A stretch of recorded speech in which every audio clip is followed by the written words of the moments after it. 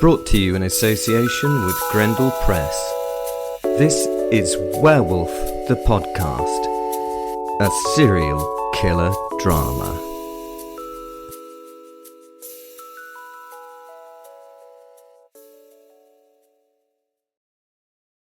Big thank you to the Old Man's Podcast for the interview that we had the other day. Absolutely fantastic. Greg's going to be interviewed in, I think it's the 18th of August, so check out those podcasts. Apart from that, go to the description-y thing and press all the buttons and do all the things, because you can join us and be with us and chat to us and have fun.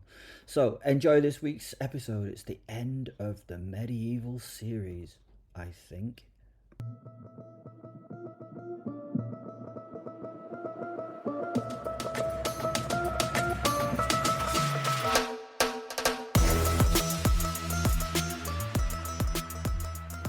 William Marshall. A dust cloud rising to the east was the first warning.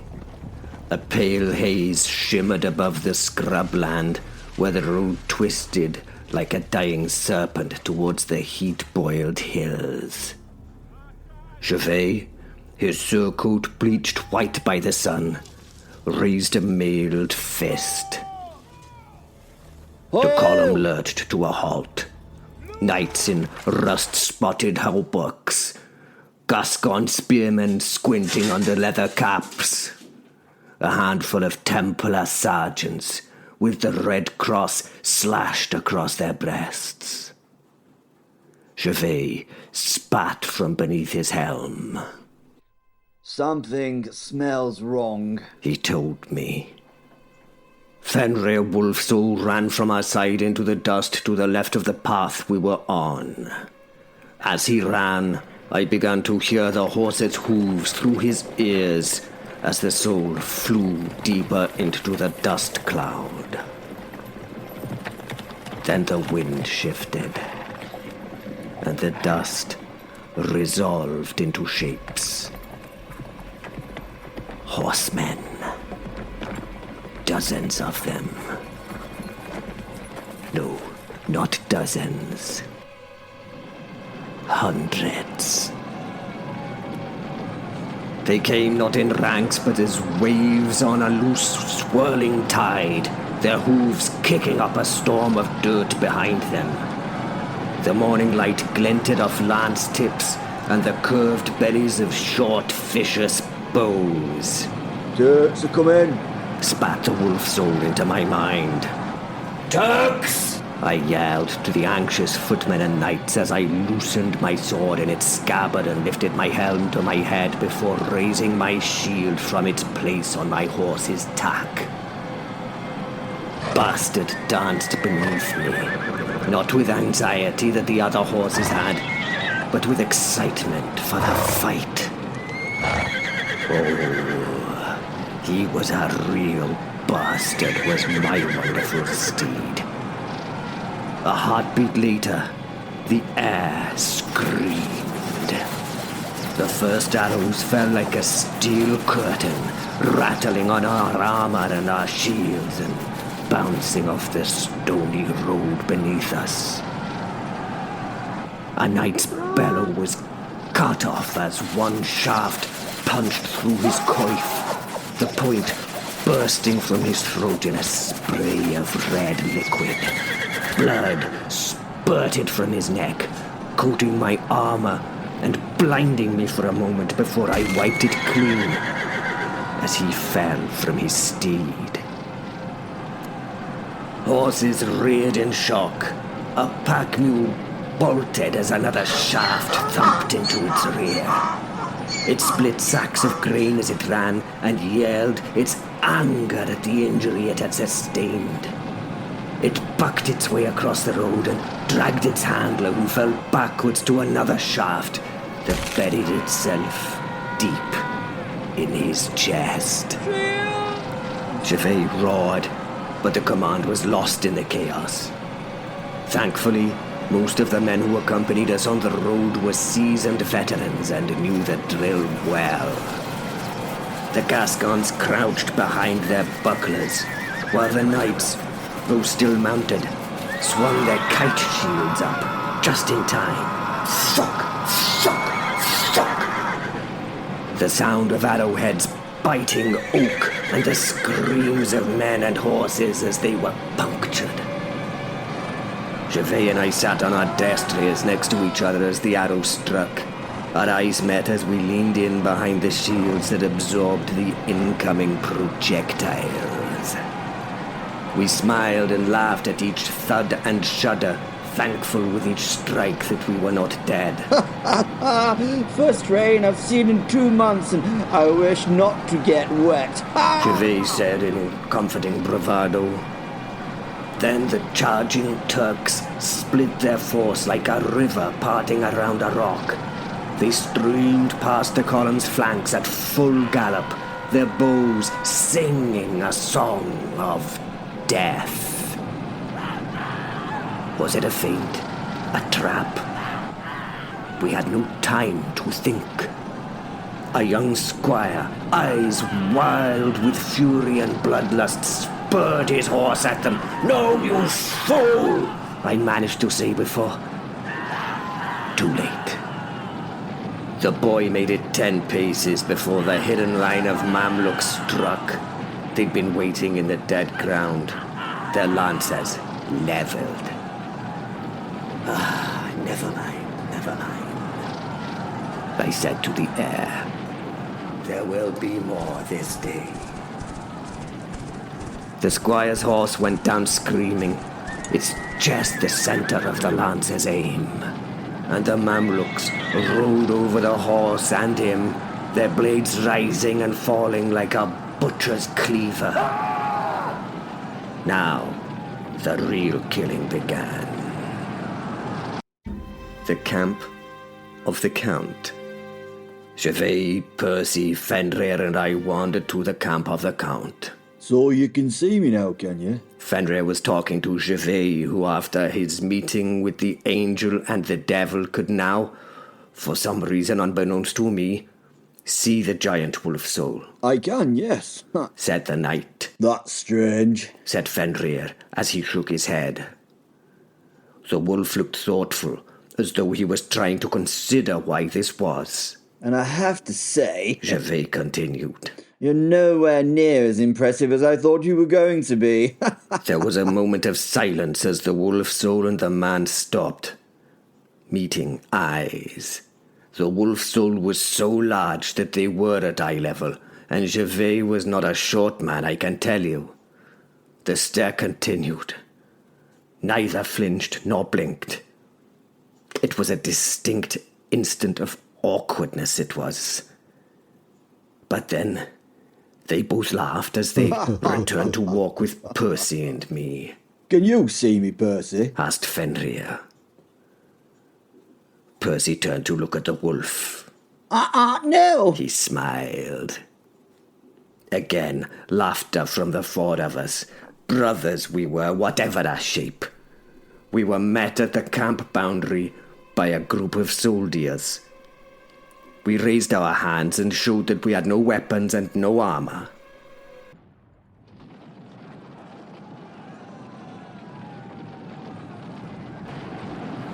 The Gascons died first. They had locked their tiny shields, taking heed of their superiors. A bristling wall of spears, but the Mamluks came like a tide of iron and of malice. Another well-aimed lance took the first man high in the chest, lifting him off his feet as he clutched the shaft before it snapped. And he fell back behind his fellows, his body flailing. The Gascons' line inevitably buckled as they were hit with what seemed like a giant hammer of humans. The curved swords of the Mamluks rose and fell, and the desert air filled with the wet, hacking sounds of butchery and violence. Men screamed as they were cleaved asunder. Some roared in anger, while others cried out for their mothers. But most just fell and died. I saw the Templars fight to form a wedge. Arnulf at its tip, his sword already dark to the hilt. His surcoat was spattered in gore. I could see the bloodlust in his eyes, I could. This was what he lived for. The killing of heathens. Just for a heartbeat, the Templars held their ground. They even started to push the attacking foe back, walking over the dead and injured Mamluks that had fallen at their feet. The wedge's precision and the Templars' disciplined tactics were beyond the Mamluks' capabilities. Then a Turk's arrow took Arnulf in the eye, and the wedge collapsed like a shattered door. With no leader, it was just not a fight. It was a massacre. I turned my eyes away and swore an oath to remember Arnulf in my next vigil. For fuck's sake! Yelled Gervais as he watched the Templars being butchered. We fought to aid them. We tried to get to them. But the enemy were too numerous. For every one we cut down, another two came on like the head of a squirming hydra. To the rocks! To the rocks! Gervais eventually bellowed in anguish while pointing his battle-bent and blood-slicked blade towards a jagged outcrop.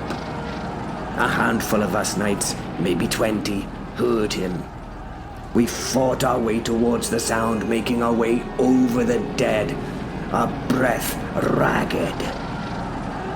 A young sergeant, his face a mask of blood, heaved his wounded brother with him as unraveling guts dragged behind in the dust. Gervais and I took position as the rear guard of our little group, willing to sell ourselves for. But then, the enemy let us go. They turned to torturing those who were still living and fallen. Their cries did no more than anger me while we watched the... Gervais removed his helmet and wiped his face, smearing the coating of grimness and grime that was presented. He had an arrow sticking deep in his thigh. Gervais, you have an arrow sticking in your leg, so you have. I pointed at it with my blade. He smiled, looked at it. So I have, he said, before replacing his helmet, laughing and breaking the shaft of the bolt with his free hand. The Mamluks had let us go. Not from mercy, but calculation, as the Turk archers circled us. Arrows knocked, while their heavy cavalry regrouped. We turned and joined the pitiful few that had made it to the outcrop. The rocks offered cover, but no escape was possible. Gervais asked for each man to shout out. Call out your name if you're not dead, he yelled. Under 30 voices were heard. Oh shit. More than half our column lay in the dust behind us, their corpses already being attended to by laughing tribesmen and scavenging beasts of the earth and air. Soon enough, the dead's possessions and their flesh would be stripped to leave just sun-bleached bone. A brave knight's surcoat fluttered in the hot breeze as a Turk yanked it free from his body. They laughed and waved it in our direction as his men jeered. We watched on, bitterly. Nothing was said, only the horse's shield as we had. To hold was hard in our hearts, but not in our heads. We charged those bastards as they did their corpse harvest. One gas gun was brought to the edge of the field by two Mamluks. We could see he was injured. He dragged a leg and he held his chest. The soldiers who brought him cast him to his hands and knees, and shouted at us in their heathen tongue as they kicked at the man, while he tried to get up from the ground. We could hear the heavy blows in the now sultry silence as they landed on the body of the poor wretch before us. I prayed that his death soon would come in mercy. A bitter thing to pray for, I grant you. Eventually, the beaten man tried no more to raise himself. He just lay in the dirt. One of the Mamluks stabbed him in the thigh with a blade. No response. He kicked the dead man and spat on him before wiping his knife on the brave Gascon's clothing whilst he stared at us with pure hate. He paused, then turned back with his fellow to the remains of the battlefield behind him. Then the arrows flew again. This time, there were few shields left to stop them. Captain Demos of Limassol was sitting behind us, his board in a tent. He was eating what seemed to be the remnants of an unlucky chicken. We had been ushered in by his men who left us to meet him alone. He sat and continued eating while looking at us, then removed the thigh from his mouth as he spoke. Ara, you are back. That bird you eat looks as lucky as the brave cock. I told him. Ara, you noticed that then. He laughed as he dropped the cleared bone to the dish with a clink. It was difficult to ignore. I told him. Your lord has a thing for hanging and gutting folk, does he not? I asked him. He leaned forward, wiping his hands on his dirty tunic, and then steepling his hands before him. The brave Cocker was not at his death. He paced himself as he fell. Sadly not to his death, though. Sadly for him, that is. I enjoyed the castration and the subsequent gutting. He pulled a dagger from his belt and looked at it with fondness before grabbing an apple and slicing a chunk off, transferring it to his mouth. Ah, subsequent, said Percy, obviously impressed by this horror show of a man's eloquence. What is it that you wish? The captain asked. Tomorrow we are leaving. Your returning army has been spotted by our scouts. We will be gone before they even arrive. Makes sense, I told him, and he nodded in response. I would like to talk to the Count, I said. I would like to tell him what actually happened with his father and little M. The man who sat before me looked at me in surprise. I could see he was weighing me up as he took another slice before stabbing his blade into the tabletop and staring hard at me. I must have passed some kind of test, whatever that test was, as the moment broke, and he rubbed his hands over one another while he gave a little laugh. Okay, your funeral, he said, rising to his feet with a smile. I look forward to seeing his face when you trespass upon him, he said, waving his hand to invite us to walk before him from the tent. Ah, trespass, repeated Percy. He was impressed with the captain's fine vocabulary. I thought that you would like that. He said to Percy as we left, giving him a wink.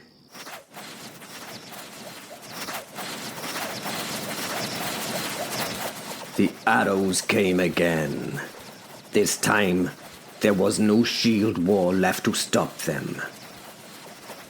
A knight beside me, some Flemish brute with a broken nose and a circle stained by old wine, took the first shaft through his breastplate with a thunk.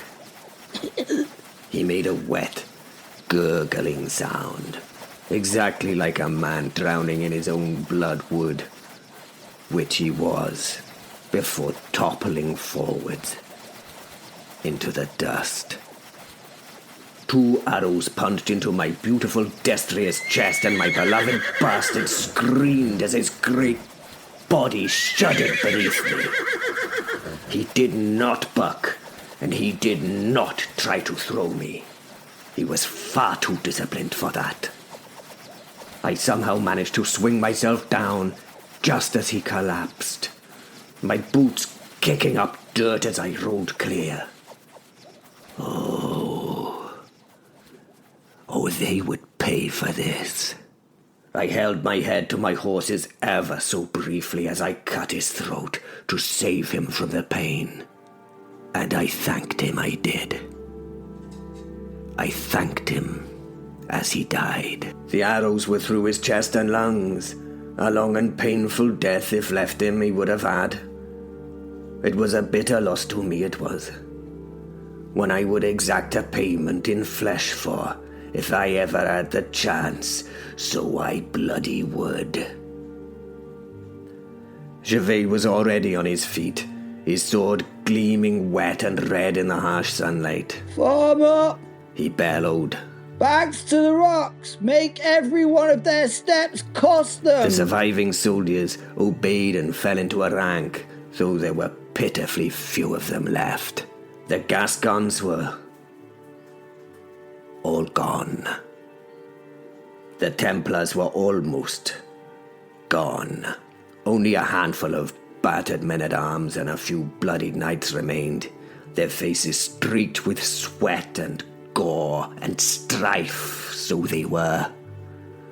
We pressed together, the few recovered shields overlapping to cover us as best they could, our blades bristling outwards like the spines of a cornered beast, which you might consider is what we were.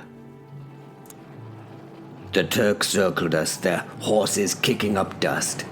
Their laughter was as sharp as the arrows they loosed.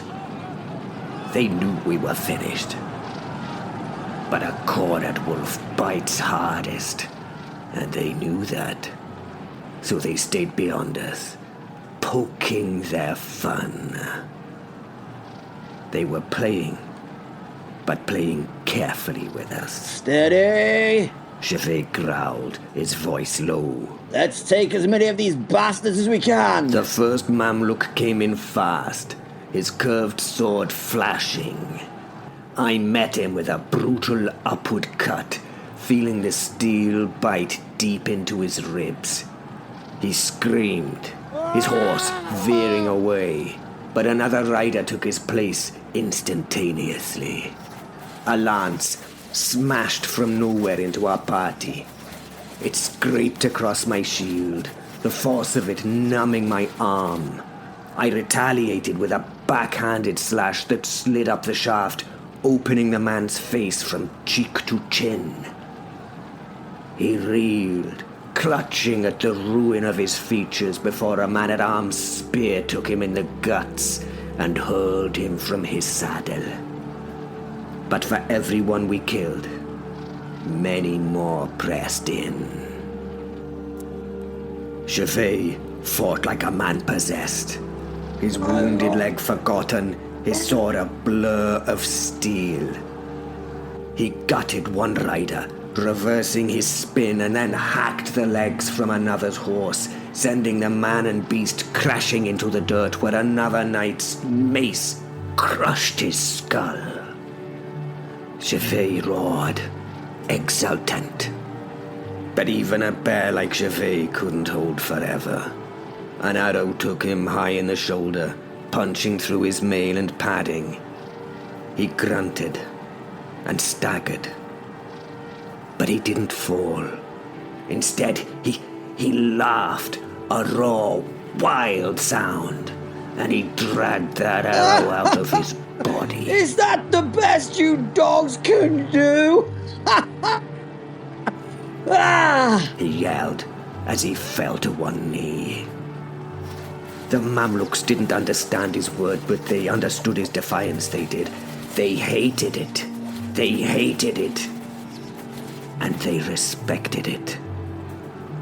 Another horseman charged, his lance aimed straight for Gervais' chest.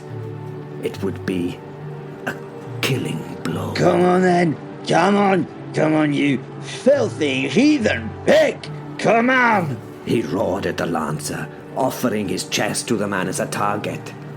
I stumbled forward and somehow managed to deflect the strike of the horseman at the very last moment. I lunged badly and my sword deflected the point just enough to send it scraping across Gervais' breastplate before I stumbled and fell onto my face. I was prone, and I thought I was going under the rider's horse, but Gervais instantly repaid the favor by burying his blade in the rider's thigh, pinning him to the horse as if nailed there by a carpenter. Unfortunately, he did not have time to reclaim his blade, so he grabbed the girth and saddle of the horse and somehow managed to wrestle the kicking and biting beast into the dirt while he screamed his fury. Die, you bastard, die! Gervais, the animal, and the man went down in a complicated pile where I finished its rider with a thrust through the spine as Gervais let go of the horse that regained its feet and shot away from the fight. But of course, it wasn't enough. They simply came again and again. Our number shrank with every breath. Men fell, gasping their last, their blood soaking into the thirsty earth beneath them. The rocks at our backs, once our salvation, now felt like the stifling walls of a tomb. Gervais turned to me and smiled. At least that fool Percy's not here, and he won't write one of those awful songs about this, will he? He told me. I stood before the Count of Perigord, the younger. He was sitting in his throne-like throne on his dais in his sleepwear. He did not look amused at this disturbance of his sleep. "Have you come to gloat, you bastard?" he said. "I know your army is on its way back, and that you have come for terms. I know that Tonkavi's allies are coming from the south, and that we are effectively trapped. So, what is it that you want? Take me, but let my people go." He smiled. This was very brave to me, it was. "Well, I offer no terms." The Count laughed and nodded. "Not an unreasonable position after the way you have been treated," he said. "Actually, I came to tell you the truth of what happened to your father and to your beloved sister, little M." The Count offered me a confused look. "But I know what happened," he said. Oh no, that was what you were told, said Gervais. "Yes, you see, we were there and saw it all, and after speaking to my new friend, the angel Gabriel, I am incapable of lying," said Percy. Both Gervais and I looked at him bemused. He instantly gained the colour of the perceptibly embarrassed. "Well, verily, I'm going to do my best," he said, defensively, then smirked. The Count spoke. "I am here, you realize," he said. "Right. Well, the long and short of it is that your father fired the quarrel that killed your sister," I told him. He looked at Gervais, then Percy, who both nodded in response. He raised his hand in supplication. "Would you swear on the Holy Bible?" he asked. "Yes, we certainly would," said Percy, leaning forward. "And that swearing means an awful lot more now because of us, meeting the angel Gabriel." We all shushed him. Yes, sorry. "If I were to believe you," started the Count, but was interrupted by Percy. "Although William did cut your sister's head off and take it back as a trophy," he added. Gervais turned to him and gave him a look that I was glad I did not receive. "Shut the fuck up, Percy," he told the man. Well, yes, I did, and for that I am genuinely sorry. I have already committed to the crusade to try and make up for this shortcoming in my honor. I have promised to fight to retake Jerusalem and kill Saladin himself. I can never atone for what I have done to you, but I hope that you will allow me to commit myself to the Lord's work. I leave this as your decision, Count. If you want to take me hostage or prisoner, then I would understand. If you wish to take my life, I will allow it. I took to my knees before the man, and I bowed my head. The Count stood up from his seat and walked forward towards me. I felt him reach down, and he held my shoulder as he brought me up from the floor and patted me on the back. We already tried to kill you, you bastard. It will be interesting to see if the Muslim forces can do better than we did. He laughed as he spoke. Please go and do as much damage as you can to them. In the name of God.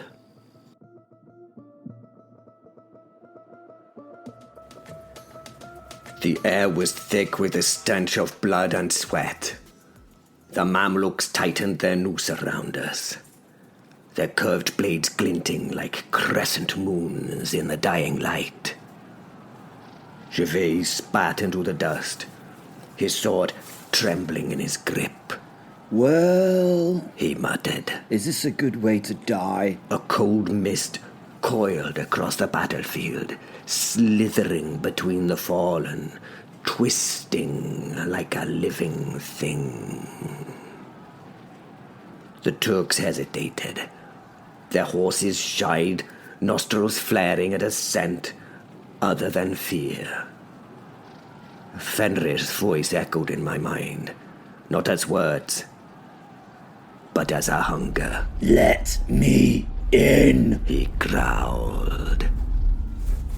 I simply opened my arms. The mist surged forward, a black tide that poured into my mouth, my eyes, my very living veins. There was no pain, only power. Mail burst apart, steel buckled.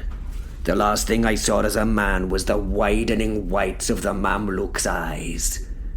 And then the wolf stood before them, blazing fire for eyes. I was no longer a knight. I was werewolf. The first Mamluk died mid-scream. One moment he was raising his scimitar. The next, my claws split him from groin to gullet, and his entrails slapped wetly against the dust. His comrades froze, their faces slack with disbelief. I rushed forward. A lance scraped across my flank, but the wound sealed before the steel could even withdraw. I seized the weapon, yanked, and the rider flew from his saddle like a child's toy. His spine shattered against the rocks before he could even cry out in pain. And the Turks broke. They had faced knights. They had shattered Crusader lines. But this was no man. This was the beast from their darkest tales, the shadow that howled in their nightmares. A djinn, a demon from hell. Their arrows might as well have been rain as I plucked them from my healing flesh. Their swords were turned by my pelt. They felt like twigs against a storm. I moved like smoke, like slaughter given form. A Mamluk Sipahi swung at me. I caught his wrist, and I crushed it to a pulp in my grip. Then I tore out his throat with my teeth. Fenrir and I reveled in this bloody work. The blood was hot, metallic, living. Another Iman lunged with a dagger. I ripped his arm clean off and beat him to death with it while I laughed at his terrified expression. I roared on into the fray, and the desert air filled with the wet, tearing sounds of men being unmade, and through the red haze, I heard Gervais roar. With me! The surviving soldiers, half mad with battle lust, charged into the fray. No longer prey, now the hunters. A spearman drove his weapon through a fleeing Turk's back, pinning him to the earth like a butterfly in a collection. Arnulf's remaining Templars fought with the cold precision of men who knew God had sent them a miracle or a monster. They were grateful for either at this point. Gervais limped to my side, his sword dripping. He eyed me, not with fear, but with a feral grin. You two took long enough. He spat. I growled, low and deep. The sound sent the Mamluk scrambling over their own dead to escape. We let them run. For now.